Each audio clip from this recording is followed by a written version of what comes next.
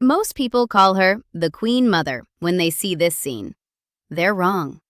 And understanding why tells you everything about what's actually happening in this room.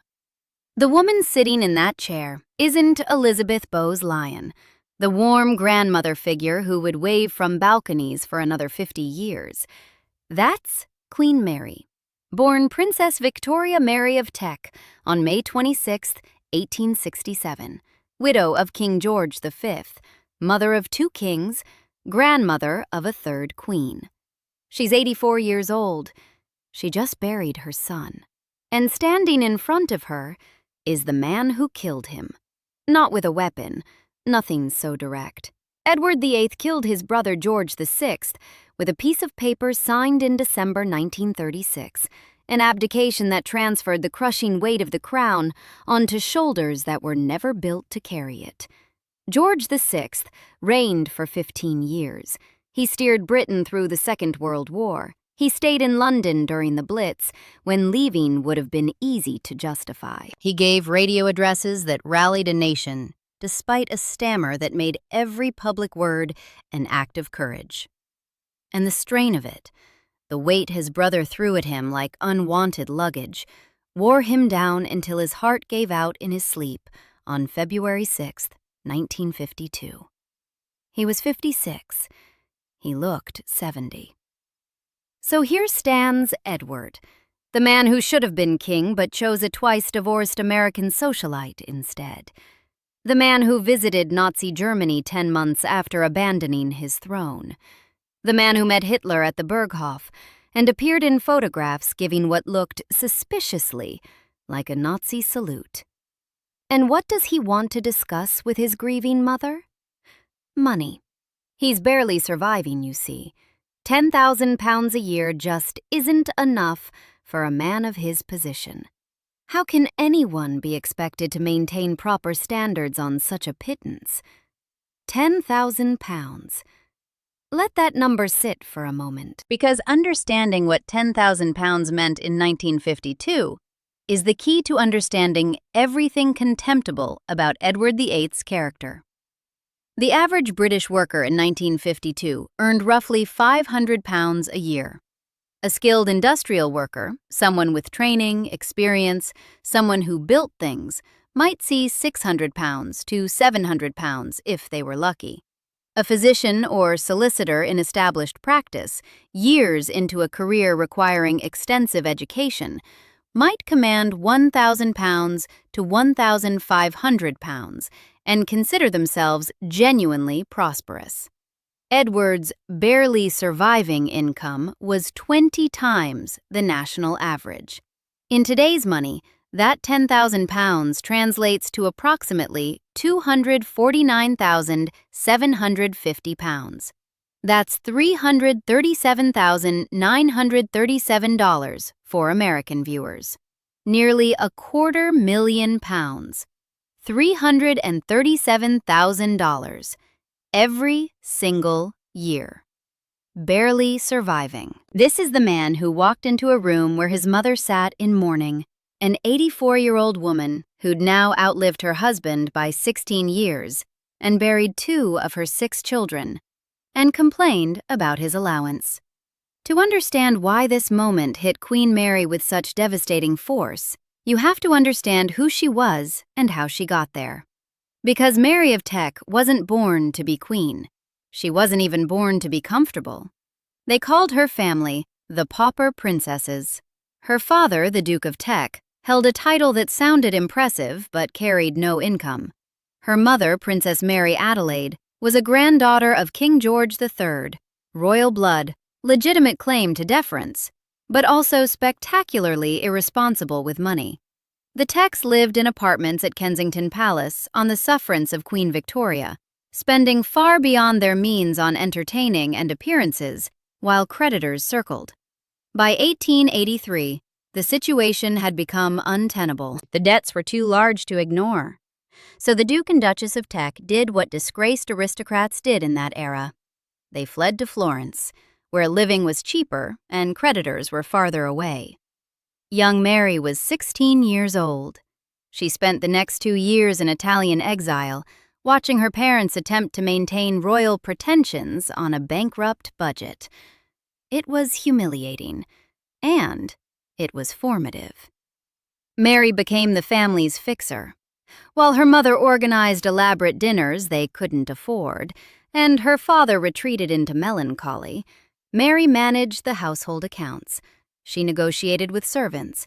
She made economies where economies could be made. She learned, at an age when most princesses learned nothing useful whatsoever, that dignity required discipline, that status meant nothing without the steel to maintain it. When the family finally returned to England in 1885, Mary carried that lesson with her. She was serious where the rest of her generation was frivolous, reserved where they were giddy. Queen Victoria noticed.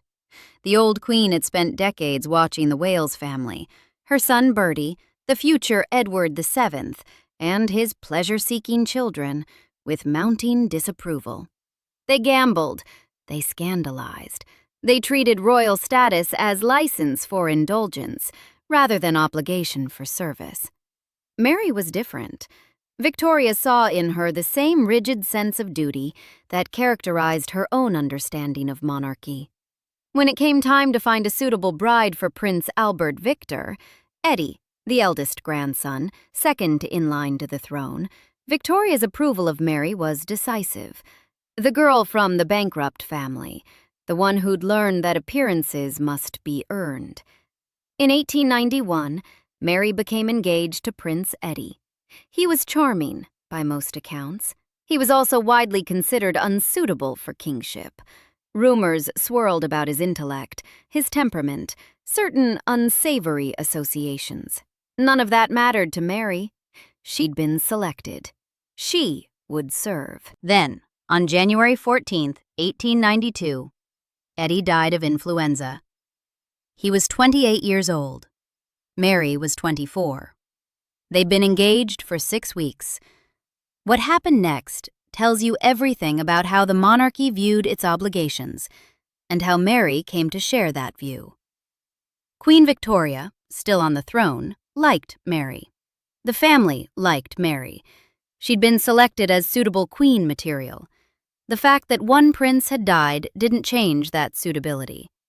Within a year, Mary was being encouraged toward Eddie's younger brother, George, the future George V. Mary agreed, not because she was cold, not because she didn't grieve, because she understood, already at 25, that personal feelings were subordinate to institutional requirements. The crown needed a suitable queen. She was suitable. Grief was private. Duty was public. She married George on July 6, 1893. They would have 6 children together. She would serve as Princess of Wales, then Queen Consort, then Queen Dowager. She would outlive her husband by 16 years, and she would watch her eldest son throw away everything she'd spent her life upholding. The abdication crisis of December 1936 didn't come as a complete surprise. The family had known about Edward's relationship with Wallis Simpson for years. They'd hoped it would run its course, as his previous relationships with married women had. It didn't. Edward became king on January 20, 1936, upon his father George V's death. Within months, he'd made it clear that he intended to marry Wallis. Constitution, Church, and Commonwealth be damned. The Prime Minister, Stanley Baldwin, told him it was impossible. The Church of England, of which he was titular head, did not recognize divorce. The Dominion governments indicated they would not accept Wallis as queen. Edward didn't care. On December 10, 1936, Edward signed the instrument of abdication. The following night, he gave his radio address, the famous "Woman I Love" speech, and left the country within hours, bound for Austria, where he'd wait until Wallis's latest divorce was finalized. Queen Mary's reaction was immediate and devastating. She wrote to Edward, "It seemed inconceivable to those who had made such sacrifices during the war that you, as their king, refused a lesser sacrifice." She spoke of the blow which has fallen on us, in terms suggesting she genuinely could not comprehend his choice. This wasn't theatrical disappointment. This was existential confusion.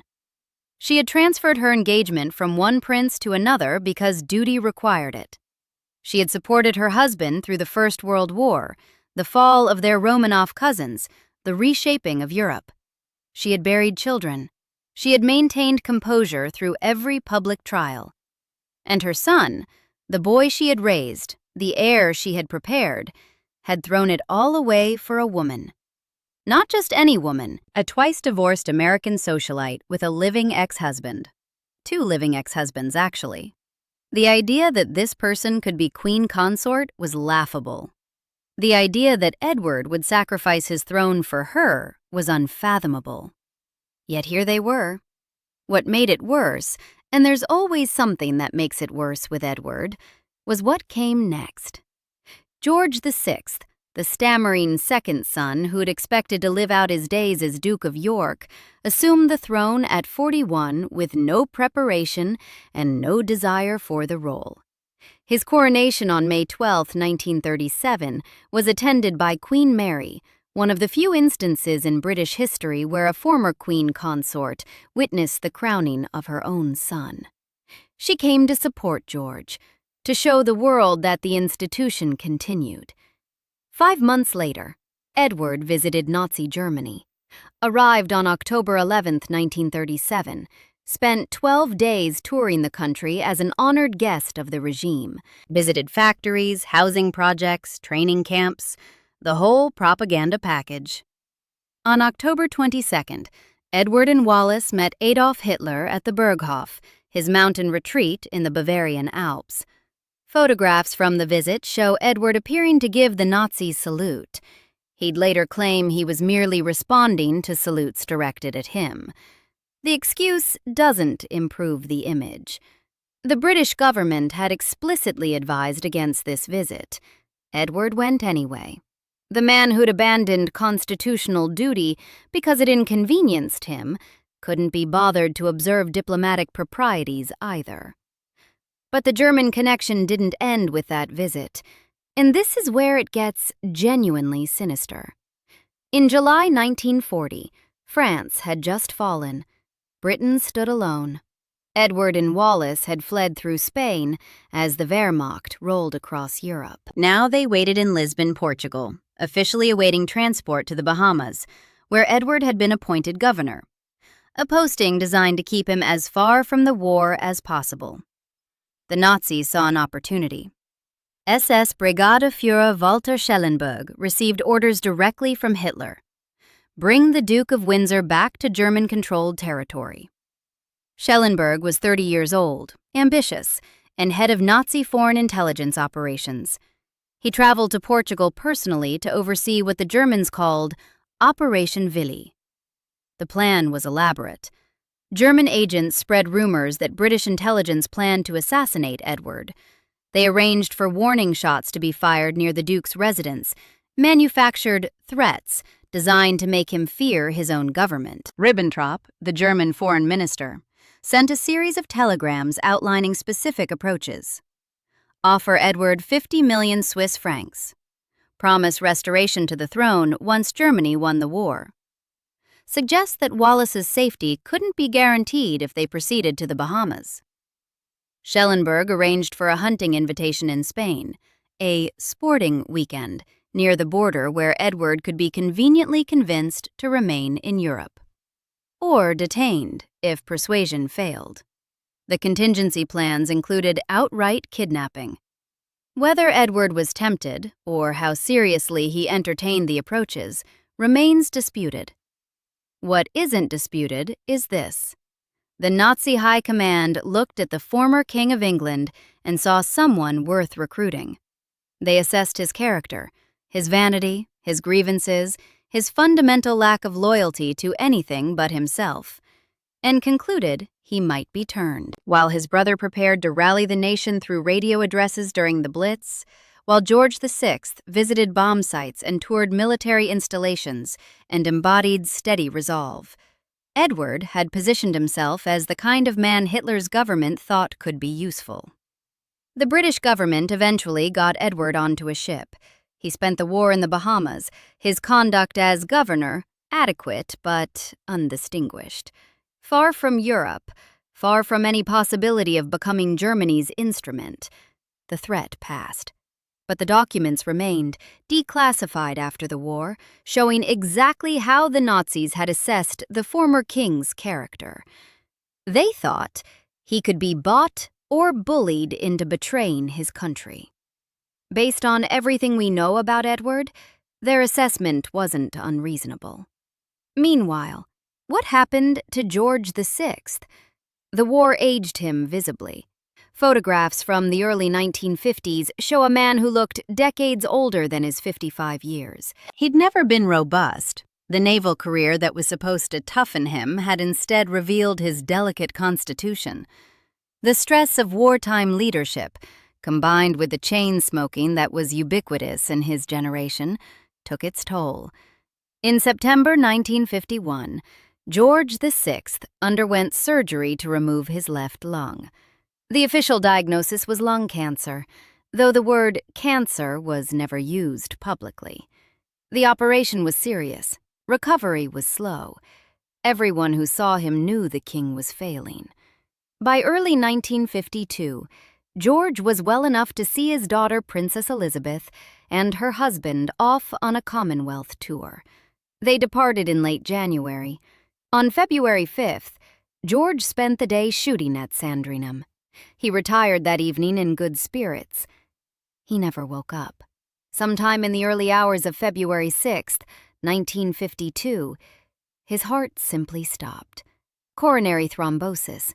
The night watchman had seen nothing amiss at midnight. At 7:30 a.m., the king's valet, James MacDonald, brought the morning tea and found his master dead.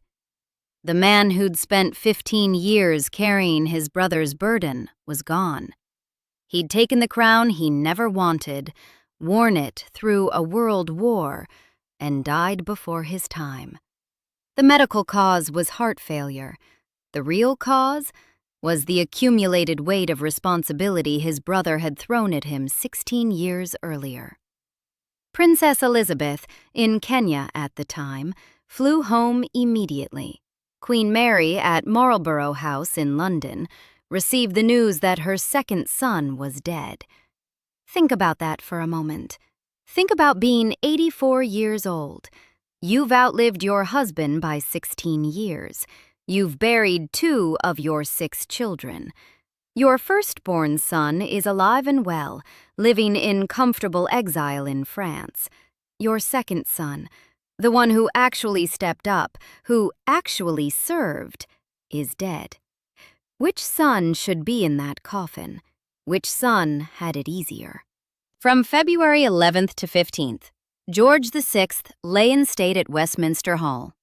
More than 300,000 people filed past to pay their respects. Ordinary citizens queuing for hours to honor the king who'd stayed with them through the war.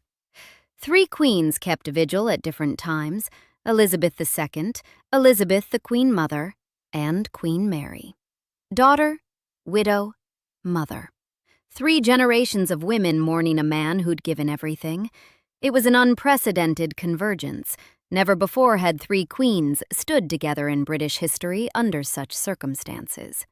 The protocol was delicate. The grief was real. Queen Mary, at 84, observed proper mourning conventions despite her advanced age. She wore full black, her face obscured behind a heavy mourning veil that she refused to lift, even for photographers. Accounts from attendants describe her posture: rigid, controlled, utterly composed in public. She would not burden the nation with her suffering. She never had, she never would. The funeral took place on February 15, 1952, at St. George's Chapel, Windsor Castle. Royalty from across Europe attended, dignitaries from around the world, and Edward, of course. Protocol required his presence. He was the deceased's brother. He was a former king. He walked behind the coffin in the procession. Ahead of him, the Duke of Edinburgh, the Duke of Gloucester, the Duke of Kent. The men who'd stayed, the men who'd served. Edward took his place among them as though he belonged there. Queen Mary's face, captured by cameras through the dark mesh of her veil, showed nothing. Composure absolute. Whatever thoughts passed through her mind, this woman who'd transferred engagements because duty demanded it, who'd maintained public composure through every crisis of a 60-year royal career, she gave no outward sign. Grief was private, always had been, always would be. Then came the days after. In the period between the funeral and Edward's return to France, he raised his financial concerns with his mother. The exact location was likely Marlborough House.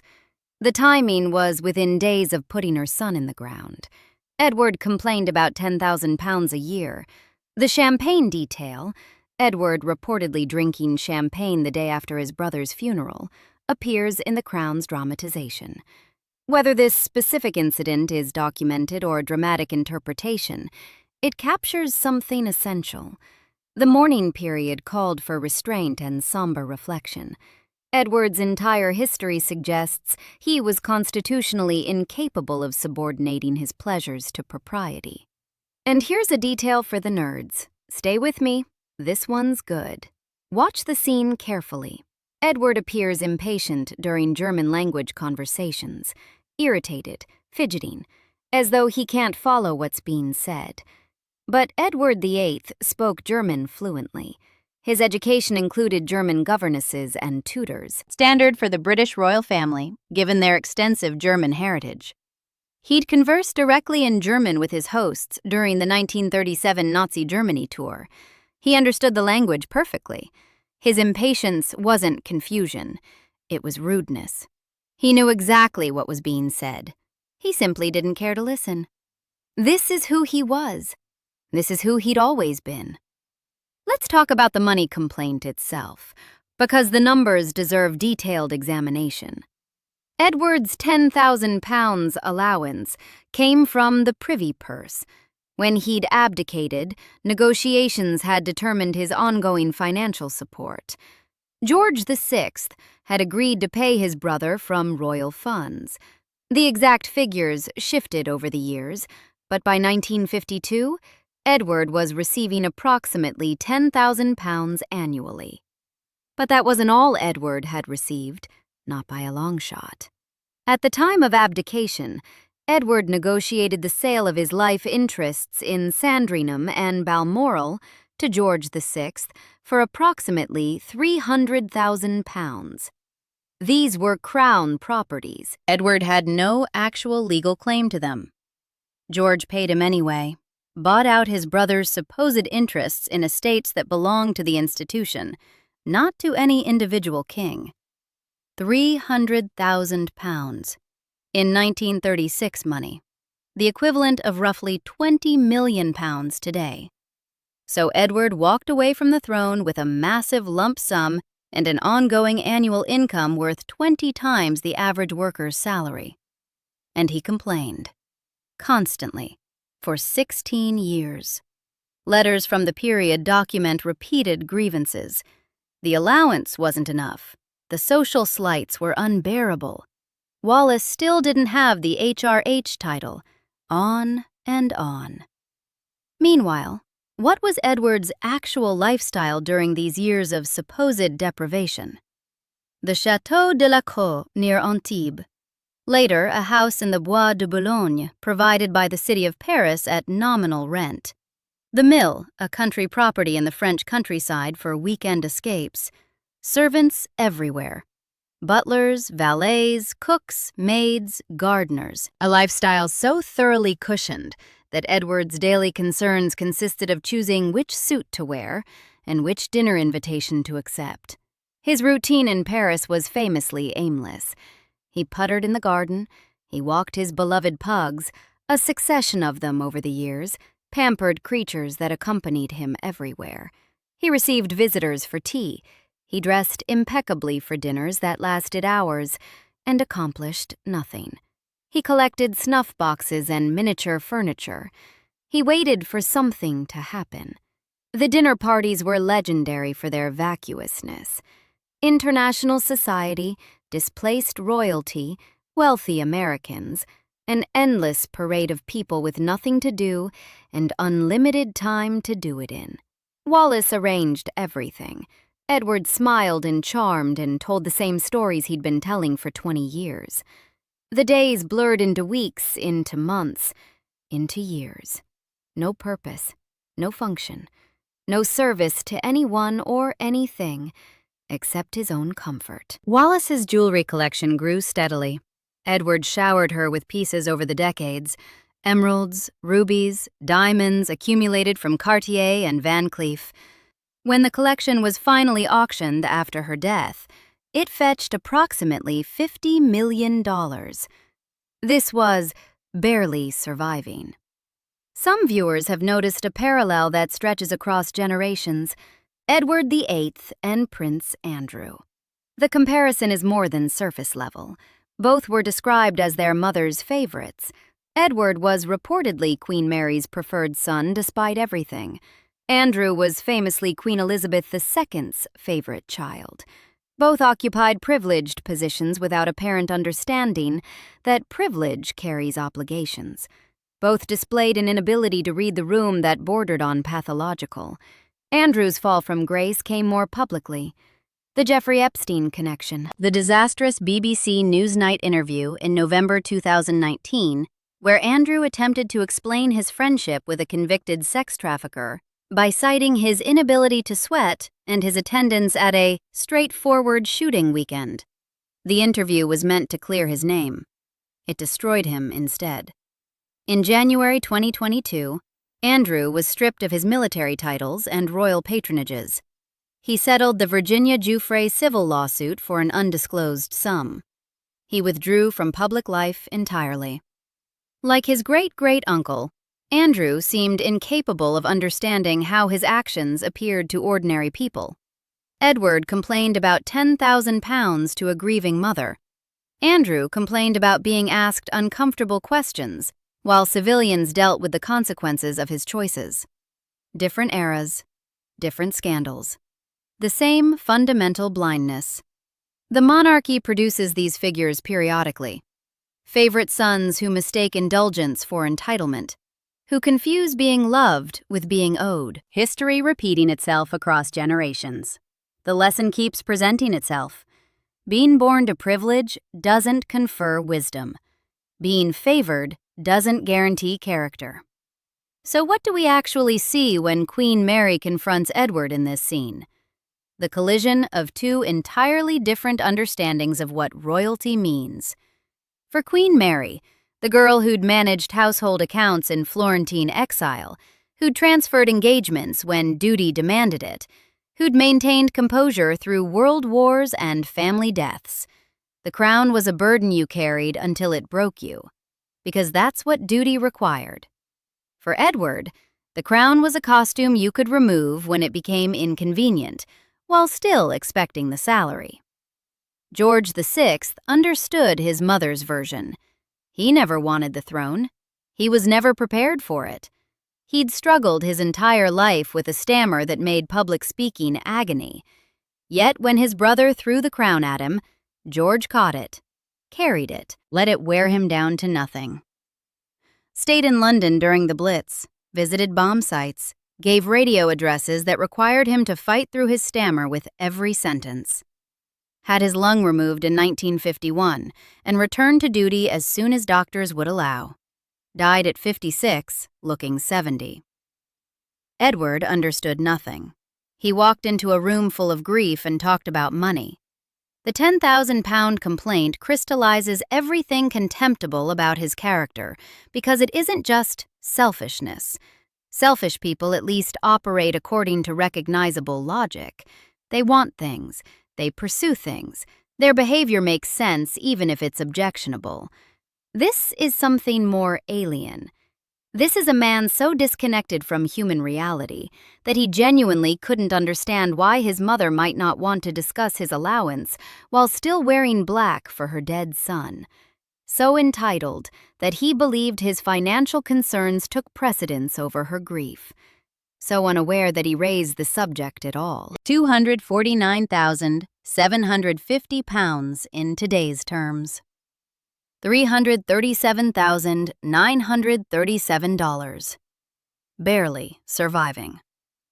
Imagine being the person who says that. Imagine believing it. Imagine walking into your mother's house days after she's buried her child, the child who took over your job and died doing it, and making the conversation about yourself. That's Edward VIII. That's always who he was. Queen Mary died on March 24, 1953, 11 weeks before her granddaughter Elizabeth II's coronation. She had asked that her death not delay the ceremony, and it didn't. To the end, she placed institutional requirements above personal circumstances. She spent her entire adult life in service to the crown, first as princess, then as queen consort, finally as the widow of one king, mother of another, grandmother of a third monarch who would reign for 70 years. Edward outlived her by almost 2 decades. He died on May 28, 1972, in Paris. Still married to Wallis, still styled the Duke of Windsor. His body was returned to England and buried at Frogmore, within the grounds of Windsor Castle. He got to come home in the end. After everything. The difference between Edward VIII and his mother isn't complicated. She understood that being royal meant sacrifice. He thought it meant privilege without cost. She gave everything to the institution. He took everything he could get and complained it wasn't enough. She buried her son and carried on. He walked into her mourning and asked for more money. Queen Mary's iron sense of duty wasn't heroic in any flashy way. It was just correct. The understanding that some things matter more than personal comfort, that kings and queens exist to serve, not to be served, that the crown is a weight, not a prize. Edward never understood this. He died not understanding it. He spent 36 years in exile complaining about allowances and titles and social slights, never once grasping that he'd given up the right to complain when he signed that paper in December 1936. His brother understood, carried the weight until it killed him. His mother understood, sat in that chair at 84, having outlived 2 children, and listened to her firstborn whine about money. The scene isn't really about Queen Mary versus Edward. It's about duty versus selfishness, service versus entitlement. Everything the monarchy is supposed to represent versus everything that makes it look ridiculous. And watching it, you know exactly which side you're on. Subscribe if you want more stories like this one.